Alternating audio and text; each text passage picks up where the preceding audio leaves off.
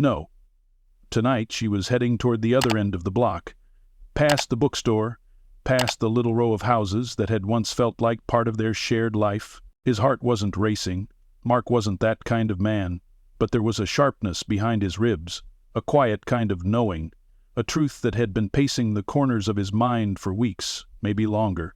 He grabbed his coat, his keys, and stepped outside without bothering to lock the door behind him. It wasn't the first time Claire had needed air, but it was the first time he followed.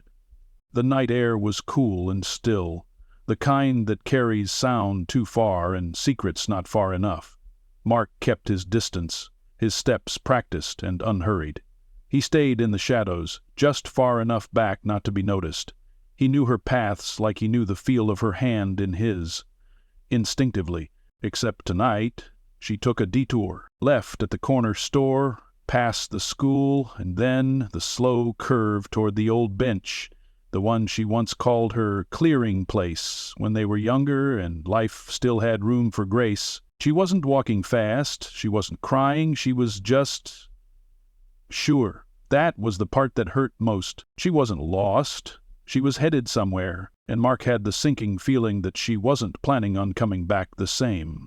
Mark moved like a shadow, each step calculated and unhurried, the weight of his suspicions grounding him more than any logic could. The streetlights flickered above him, casting patches of amber light along the uneven sidewalk. Claire remained unaware, her figure steady ahead, graceful in the way she always was when no one was watching. It was the kind of walk people do when they have a purpose, not when they're trying to clear their heads. He stayed on the opposite side of the street, keeping just enough distance to feel invisible. Over the years, Mark had learned not to second-guess himself, but he still hated the way suspicion curled its cold fingers around his throat. This wasn't a movie. There wouldn't be a dramatic confrontation or a secret letter. There was just silence, and a husband trying to read between the lines of every footstep. Claire turned left, bypassing the park's main entrance. Mark hesitated briefly, watching her silhouette pass under the archway near the mural they'd once taken pictures in front of, back when they still smiled without effort. She didn't stop to look at it tonight. She didn't glance at the fountain they used to sit beside on warm summer evenings, sipping ice cream and letting the silence be comfortable instead of loaded. No, she kept walking, purposeful, poised. Her steps slowed as she neared a narrow alleyway that curved behind a small florist shop. Mark's pulse flickered as she paused near the corner. He stopped too, partially concealed behind the skeletal branches of a leafless tree. She looked around, not nervously, but with intent. Then she turned down the path. That path led nowhere special, just a back route to a strip of benches near the community center, a place where teenagers sometimes smoked after hours, or lonely joggers rested their feet. But she wasn't here to jog. She wasn't dressed for it, and she wasn't lost. Mark crossed the street quickly, silent as he moved behind a row of bushes that flanked the alley. From this new vantage point he could see the faint outline of the benches up ahead, dimly lit by an old street lamp that buzzed with fatigue. Claire was already there, standing by one of the benches with her hands tucked into her sleeves, and then he appeared. A man, maybe just a year or two younger than Mark, approached from the opposite direction. Mark didn't recognize him immediately, but when the stranger reached Claire and wrapped her into a long, lingering embrace, the name arrived in Mark's mind like an echo returning. Liam. He didn't need to hear a single word exchanged between them. It was the way Claire melted into him, the way her hands rested softly on Liam's back, as if they'd done this many times before. There was no hesitation, no apology in her posture, just familiarity. Mark remained perfectly still. His breath caught in his chest as he watched her lift her head and rested on Liam's shoulder. Her eyes were closed, not burdened, not guilty, just at peace. She smiled, a real slow smile that hadn't visited their home in weeks, maybe months. He wanted to feel rage. He wanted a surge of anger, a justified explosion. But what he felt instead was something heavier, something that pressed into his bones like winter. Confirmation, no longer just a suspicion or a gut feeling. This was the truth, and it stood in front of him in the form of his wife, nestled comfortably in another man's arms. Mark stepped back quietly, careful not to disturb the branches or draw attention to himself. He didn't need her to see him, not tonight. This wasn't about confrontation. It was about clarity. He'd come for the truth, and he'd found it. As he made his way back toward the house, each footstep felt quieter than the last. The night no longer seemed still. It felt hollow. Claire had spoken so often about needing air, but tonight Mark finally understood what she meant. She hadn't been suffocating in the room, she'd been suffocating in the life they'd built. And now she was breathing again, just not with him. By the time he reached their street, the porch light was still on, humming faintly as if nothing had changed. But everything had. Mark didn't fumble with his keys. He didn't sit down. He walked straight past the kitchen, the living room, the photos hanging on the wall that no longer told the whole story. And when he opened the bedroom closet, it wasn't indecision he felt. It was freedom, edged with heartbreak. She thought she'd left the house to find peace. But in doing so, she unknowingly gave him his. The world around Mark had narrowed to a single frame. Claire, Liam, and that bench where she once came to untangle her thoughts. Tonight she wasn't unraveling.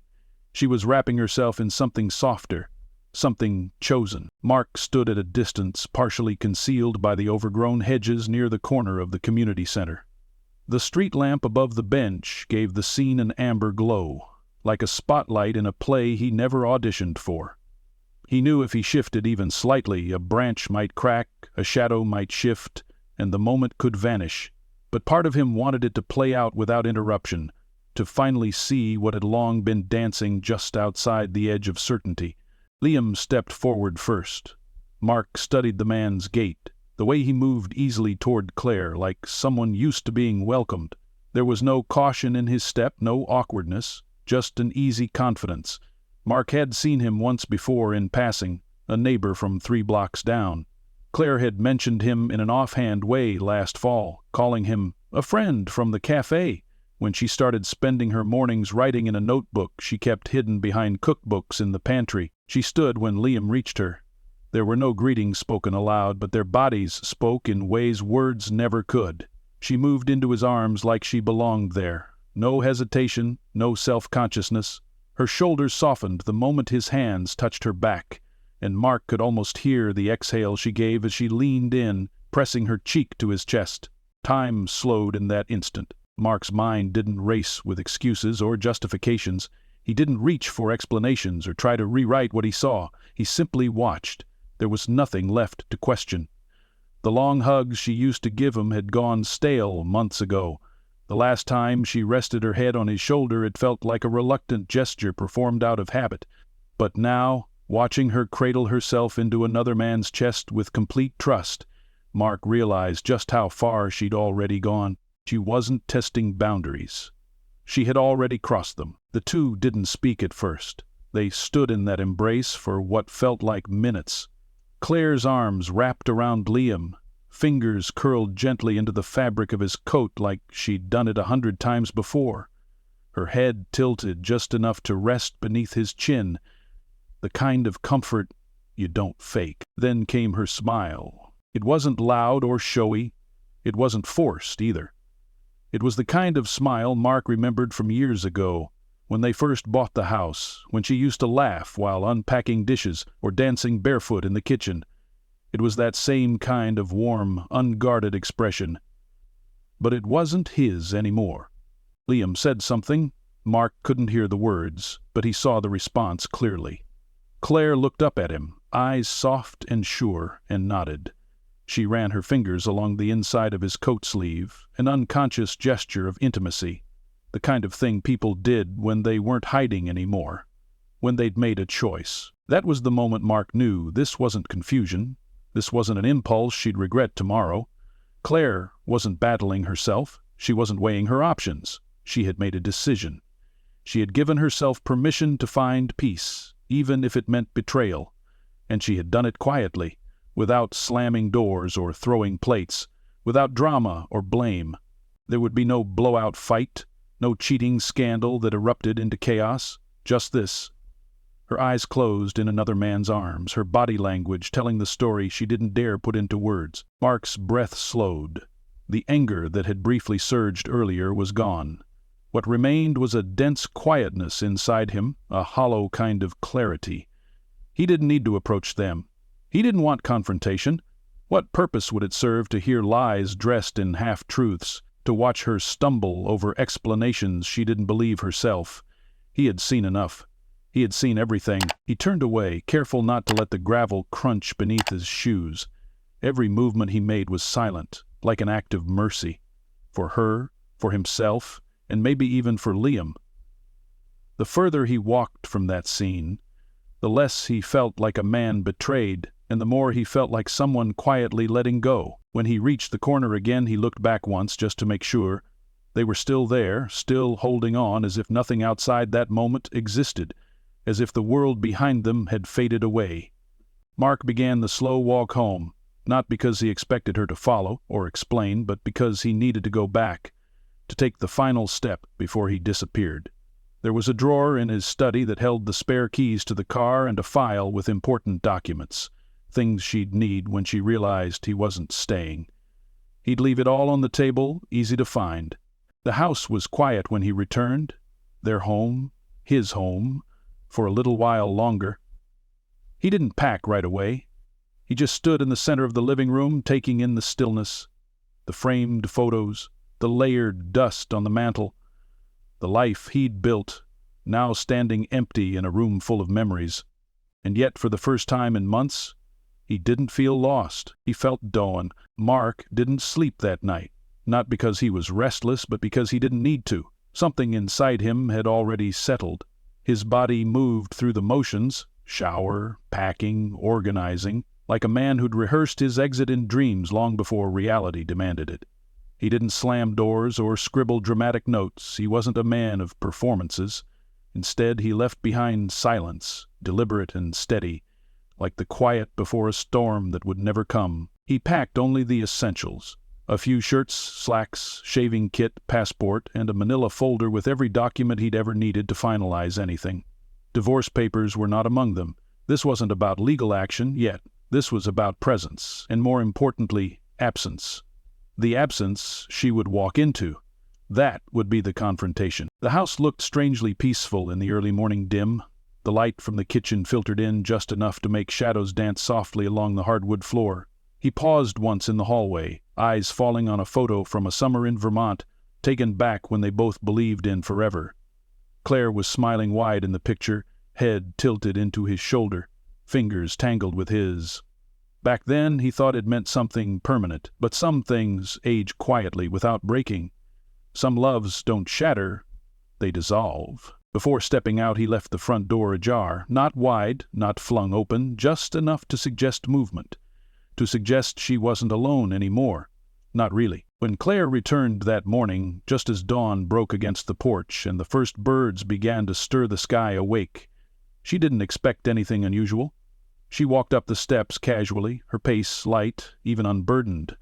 She reached for the knob with the kind of mindless familiarity people have when they assume the world hasn't changed. But the door was already open. She froze for a split second, confused, not alarmed. It was unlike Mark to leave it that way. He locked things, always. A man of quiet habits, a man who didn't leave loose ends. Her footsteps echoed faintly as she stepped inside. The air felt different, hollow, like a room just after laughter leaves it. She called out softly, "Mark?" Not loud, just enough to expect a response. Nothing came. Not the hum of the coffee maker, not the sound of pages turning, not the familiar shuffle of slippers across tile. Only silence. It wasn't the kind of silence that invited rest. It was sharp, definitive. She moved deeper into the house, passing the living room where the worn leather recliner sat empty. The coffee table was bare except for a note with her name on it, not handwritten but typed. Her name, Claire, sitting solitary at the top. No paragraph, no outpouring. Just a list of what was his and what he left for her to keep. Keys, car, the house for now. A reminder that the account she used for groceries had been closed, but everything else would stay untouched until further notice. She read it 3 times before setting it down. Upstairs, his side of the closet hung quiet and stripped. No cologne, no shoes. Even the drawer that always held his spare change and pocket-knife was empty. The stillness of it all hit harder than any shouted accusation ever could. Mark hadn't left in anger. That was what shook her most. He hadn't thrown anything, hadn't scrawled words in fury, hadn't made her beg for forgiveness she wasn't ready to give. He had simply witnessed the truth and stepped out of the story. Claire sat down on the edge of the bed, the same side he'd slept on for years. She looked at the wrinkled sheet beside her, still warm from her own sleep, and for the first time in weeks she felt cold. Not because he was gone, but because there was no defense left to build. He'd taken with him any chance of denial. She imagined what he'd seen, how long he had stood there watching her fold into Liam's arms, how quietly he must have turned and walked away. He didn't demand an explanation because he already had one. He didn't confront her because the confrontation had already happened, wordlessly, from a distance, with her body speaking louder than anything her mouth could craft. She looked around the room. Everything was familiar, but it didn't feel like home. Mark had been the grounding point, the silent presence that made even quiet spaces feel full. Without him, the walls held only echoes, and her guilt, once something she thought she could contain or reason through, now filled every corner of the room like smoke. There would be no redemption arc, no last-minute confession that rewrote the ending. Mark hadn't just left, he had stepped out of reach. She picked up the note again, looking for something beneath the surface. A hidden line, a postscript, something that said he still cared enough to be angry. But there was nothing, and that nothing said more than 100 bitter arguments ever could. Upstairs, a single suitcase remained at the edge of the guest room bed. Inside was a folded blanket, a toothbrush still in its packaging, and a note that read, "For when I come back to sell the place. Practical, detached, permanent." Claire stood in the hallway, unable to sit, unable to cry, and suddenly aware that she had done the one thing Mark never would have. She disappeared, while standing right in front of him. The house felt different now, not just quieter, emptier, as if something essential had been removed from its foundation. Claire wandered from room to room, hoping movement would dull the ache in her chest, but it didn't.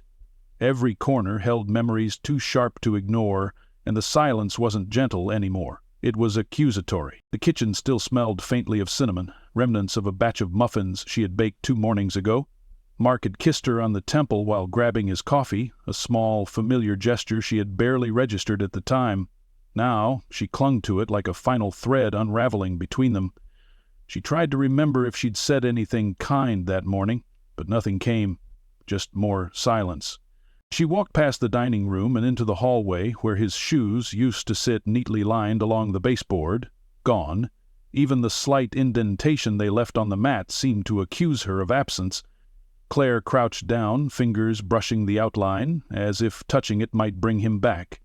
But it didn't. Mark hadn't just walked away. He had erased his presence so precisely that it was as though he had never really belonged. And yet, the void he left behind proved otherwise. She hadn't expected this. She thought, perhaps foolishly, that the affair could live in its own quiet compartment, a secret room that would never be unlocked. Liam wasn't meant to replace Mark. He was meant to fill something Mark didn't even know had been missing in her.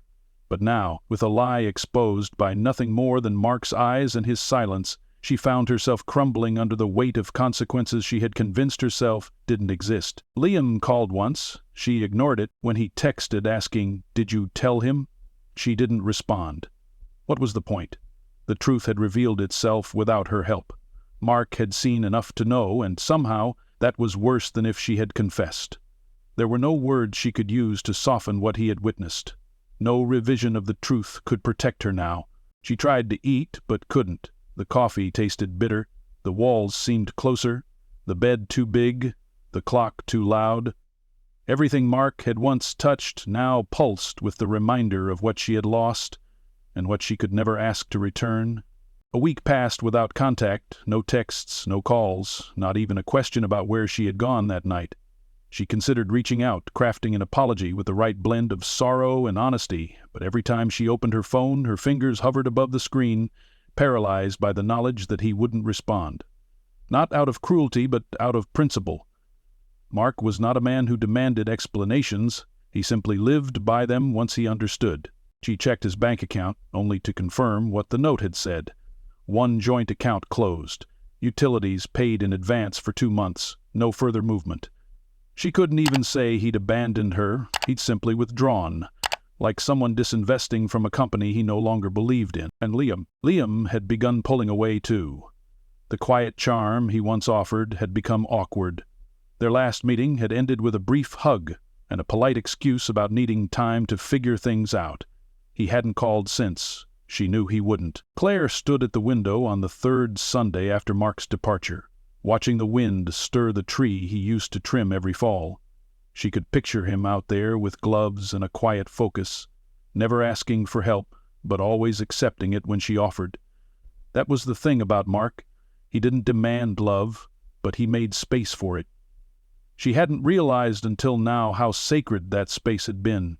She exhaled, a long breath that didn't relieve her. There would be no confrontation, no second chances, no dramatic plea in the rain.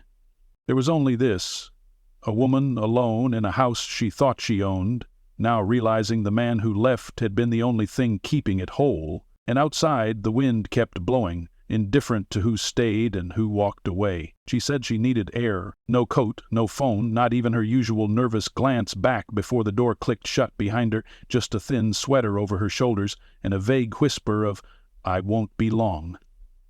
The words hung there like breath in cold air, disappearing too quickly to be real. Mark stood still for a few seconds after she left, his hands still damp from washing the dishes, his eyes focused on the empty doorway. In another life, he might have gone back to wiping the counter, letting her take her evening walk alone like she sometimes did when the weight of the world, or their marriage, got too heavy to carry. But tonight, something sat differently in his chest. He heard the front gate latch click softly, followed by the distant rhythm of her footsteps. The rhythm he knew like a favorite old song. Claire had always been quiet when she was preparing to lie. Not dramatic, not cruel, just too calm, like she'd already had the argument in her head and walked away from it before he even arrived. Mark wiped his hands slowly, deliberately, and moved to the window. She wasn't turning down toward the park like she usually did. She wasn't heading to the coffee shop either, though that had been one of her favorite excuses for needing space. "Just grabbing a tea," she'd say, as if peace came pre-packaged in paper cups.